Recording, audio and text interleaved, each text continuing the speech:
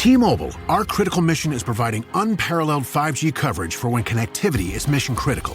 Introducing T-Priority, America's best 5G network experience for first responders, even in times of congestion. More capacity, faster speeds, better coverage. T-Priority from T-Mobile, built for tomorrow's emergencies, ready today. Discover more at t-priority.com. For qualifying organizations on eligible rate plans, coverage not available in some areas and may be impacted by emergencies.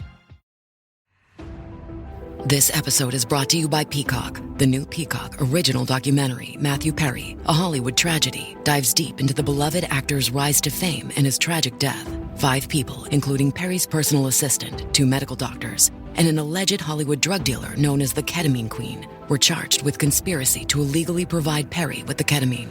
Explore the details of the case in this heartbreaking special, streaming now only on Peacock.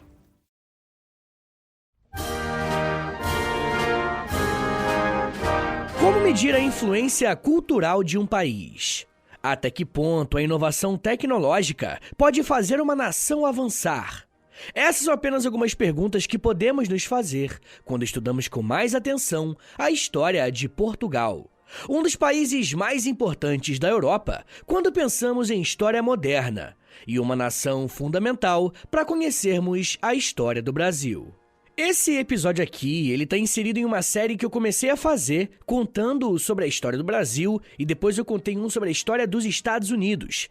E o episódio aqui hoje também é muito especial porque nós vamos fazer uma análise do século XVI até o século XX. Mas além de tudo isso, eu tenho um anúncio muito importante para fazer hoje sobre mais um podcast do projeto Educação em Meia Hora, beleza? Acompanhe o episódio que você vai entender.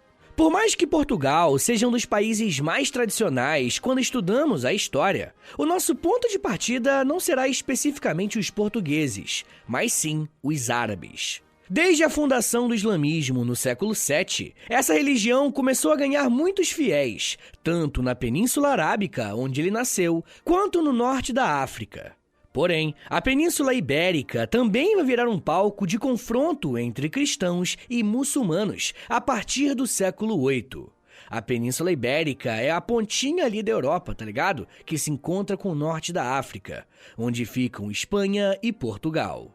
Após uma série de conflitos, os muçulmanos conseguiram um controle sobre a região, formando um poderoso estado conhecido como o Califado de Córdoba. E os cristãos ficaram limitados ao reino de Astúrias, nas áreas mais montanhosas ao norte, onde hoje fica a Espanha. Durante muitos séculos, o controle da Península Ibérica ficou com os muçulmanos, e as coisas começaram a mudar quando a Idade Média viu o início do processo conhecido como Cruzadas, em que os embates religiosos voltaram à tona. Quando as cruzadas se tornaram mais constantes durante o século XI, XII e XIII, o Califado Muçulmano de Córdoba se enfraqueceu e precisou ser dividido em reinos menores e, consequentemente, bem mais fracos. E vai ser a partir dessa divisão que surgem os reinos de Leão, Castela, Navarra e Aragão. A história do que nós vamos chamar logo de Portugal tem origem nessa relação desses diferentes reinos que ainda não têm muita força política, mas a partir de alianças e disputas vão crescer. Nesse sentido, os casamentos terão um papel central nessa nova relação de poder na Península Ibérica. Em 1096, o conde Henrique de Borgonha, que era casado com Teresa, filha do rei Afonso VI de Leão e Castela, recebeu do sogro o governo de um condado chamado Portucalense, região que abrangia as atuais regiões do norte e do centro de Portugal. O condado era uma região autônoma dentro do reino da Casa de Leão. Mas o Henrique de Borgonha era ambicioso e não demorou para lutar pela independência completa do seu território. Em 1139, Afonso Henriques, que é o filho do rei Henrique de Borgonha e de Teresa, liderou uma tropa durante uma batalha pela independência do condado portucalense. A Casa de Leão e Castela tentou resistir a esse ataque, mas as tentativas foram sem sucesso. Com a vitória na Batalha de Ourique, Afonso Henrique declara a independência do seu território e o nascimento do Reino de Portugal, sendo ele o primeiro rei português. A independência do Reino de Portugal foi reconhecida por Leão e Castela em 1143, no Tratado de Zamora, e o acordo foi reconhecido pela Igreja Católica. A partir desse poder político, o agora chamado Afonso I conquistou a cidade de Lisboa e seguiu vencendo as posses muçulmanas, os levando cada vez mais para o sul, até a expulsão completa dos muçulmanos de Portugal. Compreender a origem do Reino de Portugal é muito importante, porque a identidade nacional desse povo vai se formar em torno da religiosidade católica em oposição ao islamismo. Essa postura de combate a uma outra civilização vai acompanhar a história de Portugal por muitos séculos. Por outro lado, o Reino de Portugal manteve relações muito próximas com os reinos de Leão e Castela. Por mais que, por muito tempo, a intimidade entre esses dois reinos fossem bem marcantes, não demorou muito tempo para que os conflitos voltassem a acontecer. Em 1383, o rei Dom Fernando faleceu e a sucessão deveria ser do seu neto, que também era filho do rei de Castela. Como ele era uma criança, o trono português foi ocupado por uma rainha regente chamada Leonor Teles. A nobreza portuguesa não viu problema em ter uma rainha de uma outra dinastia. Porém, nesse período, os comerciantes e parte da população não gostaram dessa situação, pois se sentiram abandonados pelo governo e se recusaram a se subordinar a esse novo governo. Essa recusa a se sujeitar iniciou uma revolta em Portugal, que acabou gerando uma mudança na monarquia portuguesa. E quem explica melhor como que isso aconteceu é o historiador José Rivair Macedo, ao dizer que, abre aspas, a união dos dois reinos iria subordinar Portugal a Castela. Durante a regência da rainha, estourou em Lisboa uma importante rebelião. Conduzidos por Álvaro Paz, líder dos burgueses, os habitantes ganharam as ruas, aclamando Dom João, o mestre de Avis, como rei. A rainha teve de abandonar Lisboa, pedindo socorro aos castelhanos. Apoiado pela burguesia, por uma parte da nobreza e pelas camadas populares, Dom João obteve vitórias significativas contra os seus inimigos. Em 1384, castelos e comunidades, sob o controle de partidários de Dona Leonor, foram conquistados. Os castelhanos, por seu lado, encontraram a derrota definitiva em 1385, na Batalha de Aljubarrota. Daí em diante, os herdeiros de Dom João tornaram-se os novos soberanos do reino português. Fecha aspas. A partir desse momento, Portugal passou a ser governado pela dinastia de Avis, e essa nova casa real começou uma aproximação com a Inglaterra. A aliança entre essas duas nações se deu por conta de um conflito que o Reino de Portugal se envolveu contra a Casa de Castela. Como era um hábito da época, essas lideranças eram firmadas por casamentos, e o rei Dom João I se casou com Filipa de Lancaster, uma princesa inglesa. Politicamente, o Tratado de Windsor, assinado em 1386, sacramentou essa parceria. Para Portugal, a principal vantagem foi o início do incentivo ao desenvolvimento marítimo, que acabou mudando completamente a história do país. Dom Henrique, filho do rei Dom João I, organizou com o apoio da coroa portuguesa o financiamento para essas novas expedições marítimas. E para cumprir essa tarefa, ele atraiu para a região de Sagres especialistas em diversas áreas, como cartógrafos, astrônomos e matemáticos, para desenvolverem a navegação portuguesa no movimento que ficou conhecido como Escola de Sagres. A outra parte das despesas era financiada pela burguesia marítima, composta por banqueiros, mercadores e a alta burguesia que praticava negócios com o Oriente. A união entre coroa portuguesa e burguesia foi essencial para o desenvolvimento tecnológico de Portugal. E a consequência veio no século XV, quando Portugal se tornou uma das maiores potências do mundo conhecido, tanto que deixaram de ser um reino para se tornarem um império. O século XV foi determinante para a história de Portugal. Ainda nos primeiros anos desse século, Dom João I financiou navegadores para iniciarem o processo de expansão marítima. O que motivava essa empreitada era a necessidade de encontrar uma nova rota para o que era chamado de Índias. A rota escolhida pelos portugueses foi contornar de navio o sul da África para chegar ao Oriente, mas eles não sabiam se isso era realmente possível. O primeiro passo dessa nova fase aconteceu em 1415, quando Portugal conseguiu conquistar a cidade de Ceuta, no norte da África, o que marcou o início do expansionismo português e o estabelecimento de diversas colônias e postos comerciais no continente africano. Com essa nova posse, seria possível contornar o grande continente africano. Para isso, os navegadores que desejavam explorar a parte sul da África tinham que passar primeiro pelo Cabo das Tormentas, considerado por muito tempo impossível de ser atravessado. Foi o navegador Bartolomeu Dias quem conseguiu vencer esse desafio geográfico e batizou a região de Cabo da Boa Esperança, pois era exatamente isso que nascia, a esperança de uma nova rota às Índias. Mas o custo desse processo foi bastante alto, e eu não estou me referindo aos portugueses não, e sim aos africanos. A coroa portuguesa começou a conquistar pequenas partes da costa africana para fazer desses lugares portos para que os seus navios pudessem repousar e se estabelecerem para a viagem em direção às Índias. Quando Portugal teve sucesso em encontrar uma nova rota para as Índias, a Espanha decidiu fazer o mesmo. Mas um navegador chamado Cristóvão Colombo decidiu navegar para o oeste e contornar o globo. O que ele não esperava é que, no meio do caminho, existisse um continente que não era de conhecimento dos europeus. E sim, eu tô falando do nosso continente, a América.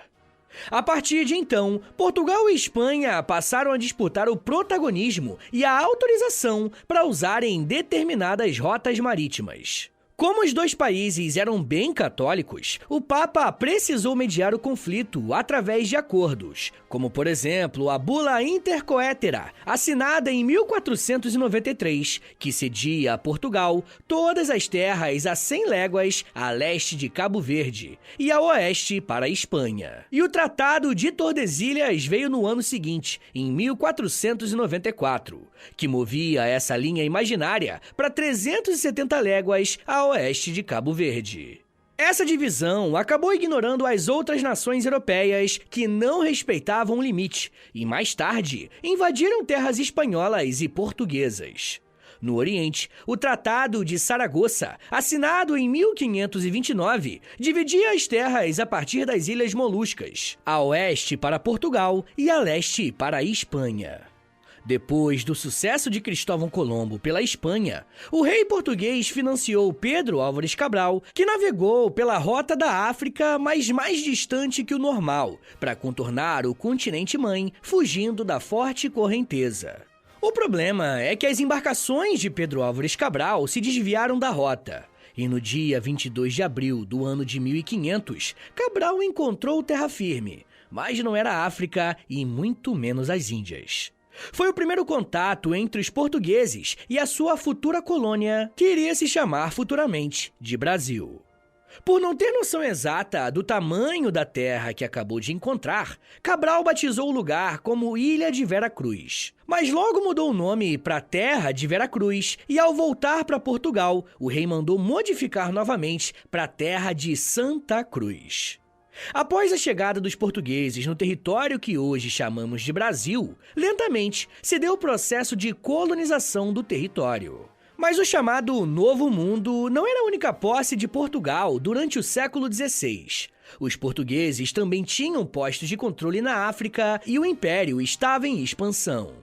Não é à toa que a língua portuguesa é falada em uma série de países, por mais que, claro, existam diferenças na forma que o idioma é falado. Na verdade, o que será que explica as diferentes formas de falar a língua portuguesa? E para responder essa pergunta, eu trouxe meu amigo, o Professor Manga, do novo podcast, o Português em Meia Hora. Fala, Vitor, tudo bem? Cara, Para responder por que o gaúcho fala diferente do amazonense, ou por que o mineiro fala de um jeito e o catarinense de outro, ou até mesmo por que o brasileiro mediano também fala diferente do português mediano, eu vou propor aqui uma reflexão rápida a partir da citação de um linguista francês chamado Louis-Jean Calvet.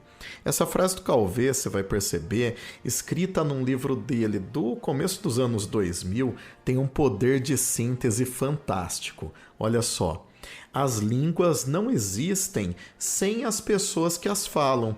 E a história de uma língua é a história de seus falantes. Ou seja, eu posso te garantir que a resposta para essa sua pergunta entrelaça as nossas duas disciplinas. Português e história são duas disciplinas muito conectadas, porque simplesmente não é possível explicar a diversidade de uma língua sem olhar para a história dos falantes dessa língua.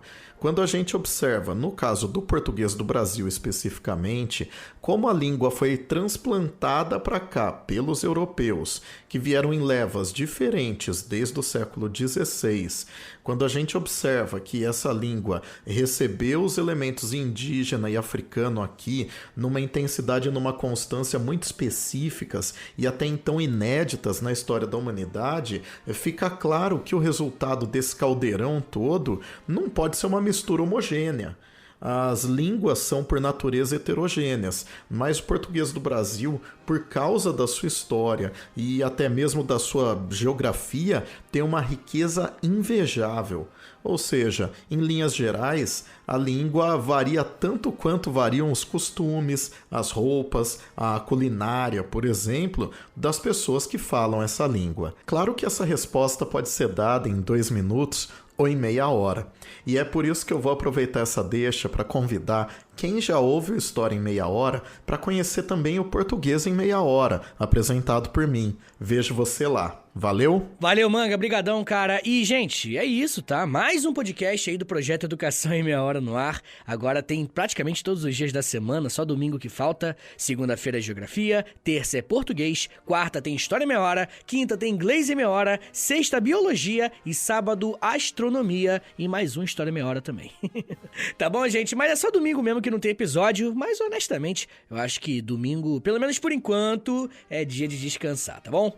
Mas voltando a falar de Portugal, pouca gente sabe disso, mas as conquistas lusitanas também agitaram partes mais distantes do mundo. Inclusive, eu quero falar sobre as outras colônias que Portugal teve ao redor do planeta, mas eu vou fazer isso para os apoiadores do podcast, beleza? Se você quiser ouvir esse episódio e os outros mais de 100 episódios exclusivos que já tem, basta assinar apoia.se/História em Meia Hora, receber um monte de conteúdo exclusivo e ainda por cima ajudar o meu trabalho. Bem, gente, durante os séculos XV e XVI, a coroa portuguesa trabalhou para ampliar ainda mais a sua rede de influência no Oriente. E em 1511, os portugueses conseguiram controlar o chamado Mar da China Meridional, que fazia parte do Oceano Pacífico.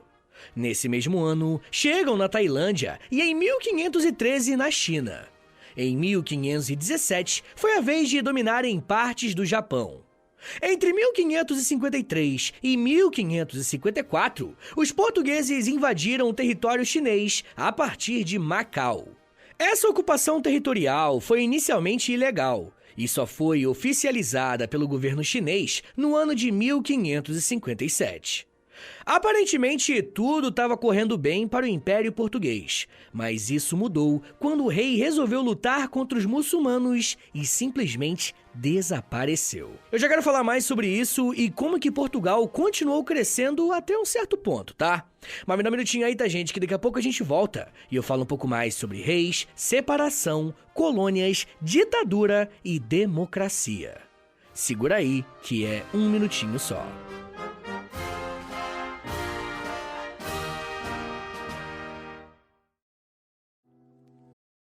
This episode is brought to you by LifeLock. During tax season, your personal info travels to a lot of places. Between payroll, your tax consultant, and the IRS. If your W-2 gets exposed, that's just the ticket for identity thieves. That's why LifeLock monitors millions of data points every second. If your identity is stolen, they'll fix it guaranteed or your money back. Don't let identity thieves take you for a ride. Save up to 40% your first year. Visit LifeLock.com/podcast. Terms apply.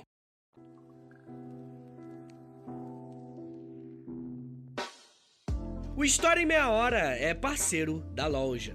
Acesse loja.com.br, é loja escrito LOLJA, e pesquise pelo História em Meia Hora. Lá você vai encontrar blusas, camisetas, regatas, moletons e muito mais produtos exclusivos do nosso podcast, tá? Só tem no História em Meia Hora e lá no site da loja.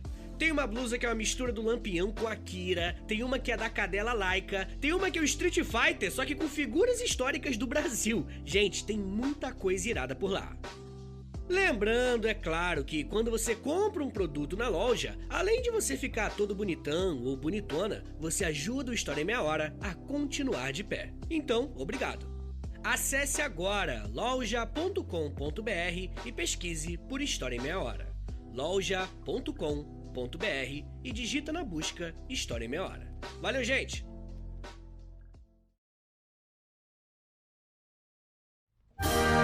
Abre aspas.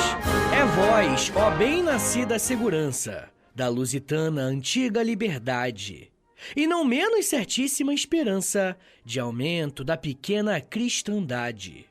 Vós, ó novo temor da maura lança, maravilha fatal da nossa idade, dada ao mundo por Deus, que todo o mande, para o mundo a Deus dar parte grande. Fecha aspas. As palavras que você acabou de ouvir fazem parte de um trecho de um dos livros mais importantes já escritos em língua portuguesa, Os Lusíadas.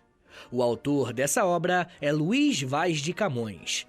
E para muitos pesquisadores, a obra de Camões conta a origem de Portugal e, ao mesmo tempo, consegue dar um senso de unidade aos portugueses através da poesia. Apesar disso, o trecho que eu trouxe para vocês tem tudo a ver com o que estamos falando aqui. E eu não sei se você conseguiu compreender, mas essas estrofes foram escritas em homenagem ao nascimento de um rei, o Dom Sebastião. Quando essas palavras foram publicadas em livro, em 1572, Dom Sebastião já tinha 18 anos de idade.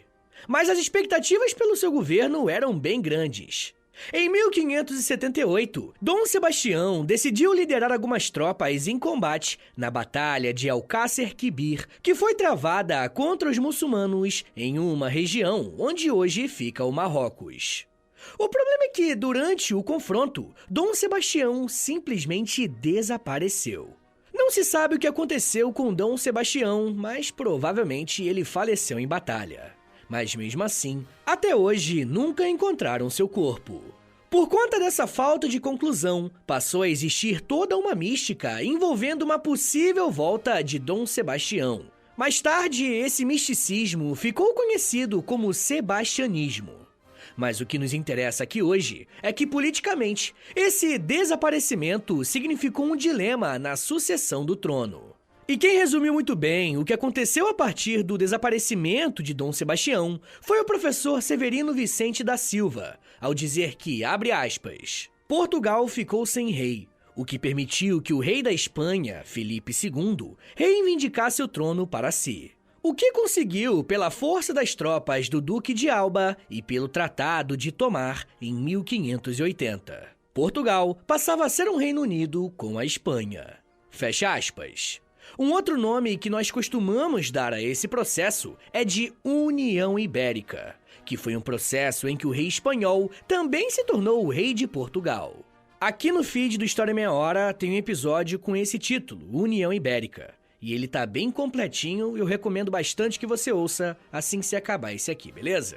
Mas enfim, gente, uma das principais consequências desse processo é que durante essa união, as colônias que antes eram de Portugal, agora eram também da Espanha. E o Brasil, por exemplo, foi alvo de muitos ataques europeus durante esse período. A União Ibérica ocorreu de 1580 a 1640. E para os espanhóis, a situação estava muito confortável. Mas para a nobreza portuguesa, não, né? Eles estavam tentando se organizar para voltarem ao poder. Um nobre português chamado João, o 8º Duque de Bragança, foi uma liderança muito importante nesse movimento de organizar os revoltosos contra a coroa espanhola. Uma guerra se iniciou contra a Espanha, e as tropas de João saíram vencedoras. E no dia 1º de dezembro de 1640, Portugal celebrou a sua independência da Espanha. Como João foi a principal liderança nesse processo, ele foi aclamado rei de Portugal com uma grande popularidade. E a partir de então, se deu início à dinastia de Bragança, governando todo o Império Português. Os anos seguintes foram marcados por uma série de acordos de paz com a Espanha, em que as colônias e as posses ao redor do mundo foram sendo repassadas de volta para Portugal.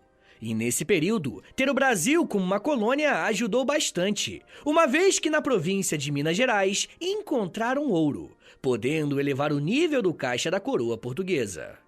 Com a descoberta do ouro, Portugal se tornou uma das nações mais ricas do mundo, e o rei Dom João V foi um dos reis que mais pôde desfrutar dessa riqueza.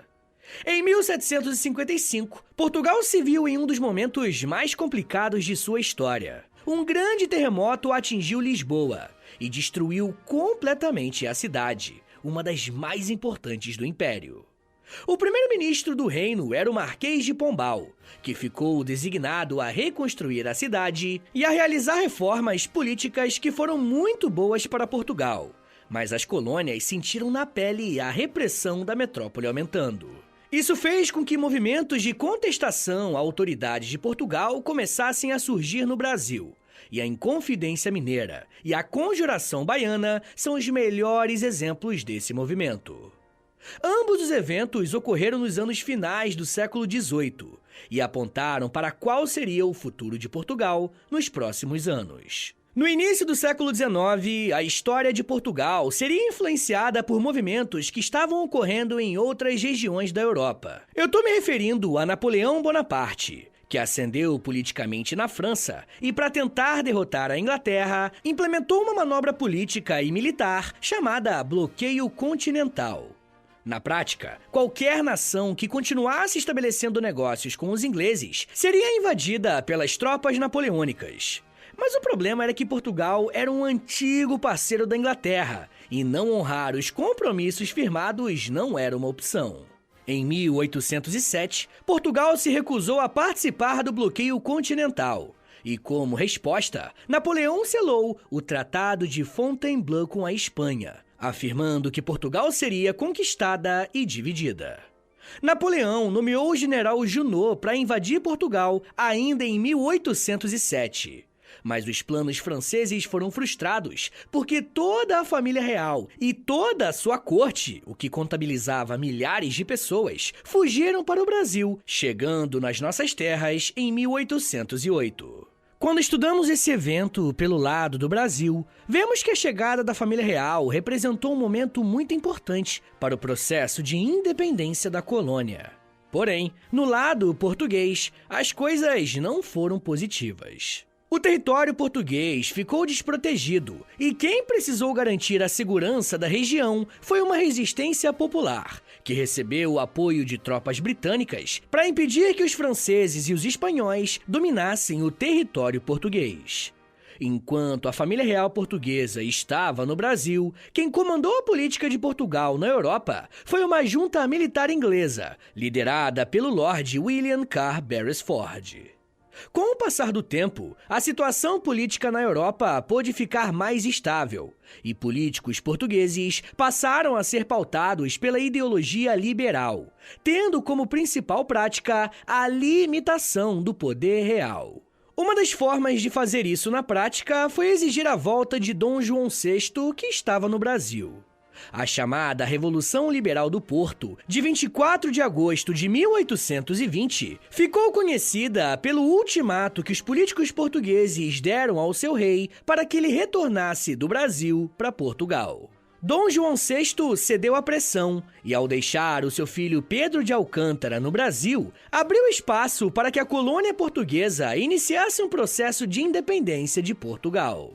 Em 1822, Portugal perdeu a sua colônia mais valiosa. Muitos acham que a independência ocorreu no dia 7 de setembro de 1822. Mas as cortes portuguesas não aceitavam a separação e, por isso, foram à guerra contra o Brasil. As guerras de independência aconteceram até 1824 E com a derrota de Portugal, o Brasil pôde se ver livre da sua ex-metrópole. Se perder o Brasil não fosse o bastante, na década de 1830, Portugal se viu em mais uma guerra civil pela sucessão ao trono. Quando Dom João VI morreu, Dona Maria II, filha de Pedro I, e Dom Miguel, filho do rei Dom João VI, iniciaram uma intensa disputa pelo trono português. E após 2 anos de conflito, Dona Maria II saiu vencedora. E Miguel é exilado, sendo obrigado a renunciar qualquer pretensão de suceder o trono do seu país. A partir de 1834, Portugal é governado por uma monarquia constitucional com características liberais. Durante muito tempo, a monarquia portuguesa da segunda metade do século XIX foi encarada como um exemplo de monarquia constitucional, onde as liberdades civis eram respeitadas e o governo mantinha uma estabilidade no país. Essa estabilidade permitiu que no final do século XIX, Portugal também se colocasse como uma das nações que estiveram no continente africano no processo conhecido como neocolonialismo, também chamado de imperialismo europeu. O diferencial de Portugal é que eles já estavam na África, fazendo com que as suas posses fossem bem mais efetivas. No início do século XX, as ideias republicanas estavam crescendo na Europa, principalmente em países monarquistas. Só que em Portugal, o movimento republicano tinha uma ala muito radical, ao ponto de arquitetar um atentado contra o rei Dom Carlos I e o seu herdeiro, o príncipe Dom Luís Filipe de Bragança. Com a morte do rei e o seu filho, o trono ficou mais uma vez vago. Mas dessa vez, a Casa de Bragança não conseguiu se manter no poder, e a República Portuguesa foi proclamada no dia 5 de outubro de 1910. Por mais diferente que o Brasil e Portugal sejam, esses dois países têm algumas semelhanças no que diz respeito à República. Em 1910, Portugal era um país bem rural, e a República tentou iniciar um processo de modernização e de industrialização. Portugal enfrentou uma forte dificuldade durante a Primeira Guerra Mundial, e o seu comércio foi fortemente impactado, e o pós-guerra foi um período de muitas dificuldades por conta de uma enorme insatisfação social que gerava greves constantes e muitos conflitos. Esse foi o cenário perfeito para que o país passasse por uma ditadura militar a partir de 1926. Um nome importante desse período vai ser o de Antônio de Oliveira Salazar, um político e economista que vai ganhar um papel de destaque muito grande no governo, ao ponto dele próprio se tornar o ditador de Portugal. E para vocês terem uma ideia, Portugal ficou de 1926 até 1974 sob um regime ditatorial.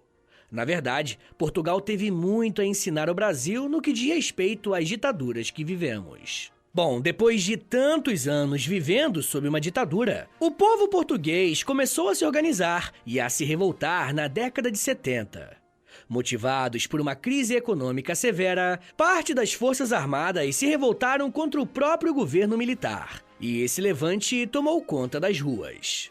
A chamada Revolução dos Cravos, que aconteceu a partir de 24 de abril de 1974, marcou a retomada da democracia portuguesa de forma lenta e gradual.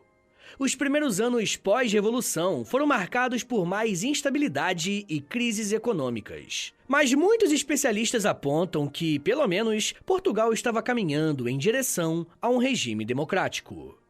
Enquanto a nova República Portuguesa tenta se encontrar, o país precisa lidar com um grande processo de migração de várias pessoas querendo morar em Portugal, gerando mais uma onda de crises sociais e até o surgimento de partidos autoritários que usam da xenofobia a sua bandeira política. E assim como vem acontecendo desde o século XII, Portugal vai precisar se ajustar aos novos tempos se quiser se manter relevante no cenário internacional. Mas precisa tomar cuidado para que nesse processo não acabe como seu vizinho Espanha, que teve o número de desempregados no seu país chegando às alturas nos últimos anos. Mas isso já é um papo para uma outra meia hora.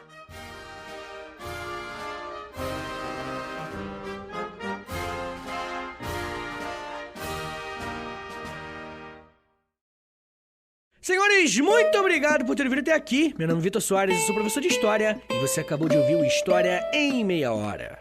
Fica o convite aí pra você, né, cara, que quer ouvir um pouquinho e aprender mais português, ouça o Português em Meia Hora, que foi lançado hoje, no dia do lançamento desse episódio, beleza? Toda terça-feira, agora você pode anotar na sua agenda, tá bom? Tem episódio novo do Português em Meia Hora, e só lembrando, né, segunda tem Geografia em Meia Hora, terça-feira tem Português em Meia Hora, quarta-feira tem História em Meia Hora, quinta-feira tem Inglês em Meia Hora, sexta-feira tem Biologia em Meia Hora e sábado, Astronomia em Meia Hora. E também mais um História em Meia Hora no sábado, né? Eu sou o único que lança 2 por semana porque eu sou maluco, tá? Não quero nem me explicar aqui, não.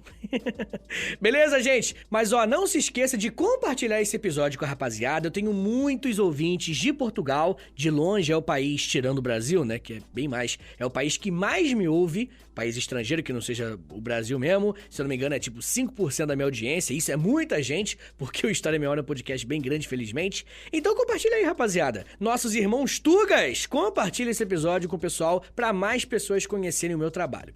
Mas a melhor forma de você ajudar o História em Meia Hora é assinando o Apoia-se. No apoia.se/História em Meia Hora, onde você vai ter um monte de episódio exclusivo, tem mais de 100 episódios exclusivos já. Você tem, Clube do Livro, você tem conteúdo diário no Instagram, tem muita coisa maneira. E além de você receber tudo isso, você também ajuda diretamente o meu trabalho a continuar de pé. Também quero lembrá-los que História em Meia Hora tem a parceria com a Loja, LOLJA, loja.com.br. Entra no site deles, digita História em Meia Hora, que você vai ser transportado para nossa lojinha. Tem um monte de estampa iradíssima em blusão, em camiseta, tem moletom também. Tem vários produtos iradíssimos na loja.com.br. E claro, né, além de ficar gatão e gatona usando um produto nosso, você também ajuda o meu trabalho. Quero lembrá-los também de dar uma ajudinha, isso aqui é de graça, não custa nada, custa 1 minutinho da tua vida, que é o seguinte, entra no perfil do História em Meia Hora no Spotify, avalia com 5 estrelinhas, depois clica em seguir e por último clica no sininho, porque o sininho envia uma notificação pro seu celular avisando quando tem episódio novo, beleza? Rapaziada, então basicamente é isso. Me siga nas redes sociais, é @Prof. Vitor Soares no Twitter, no Instagram e no TikTok. Tô sempre lá fazendo os videozinhos educativos de 1 minutinho, tá bom? É isso, gente, muito obrigado, um beijo, até semana que vem e valeu!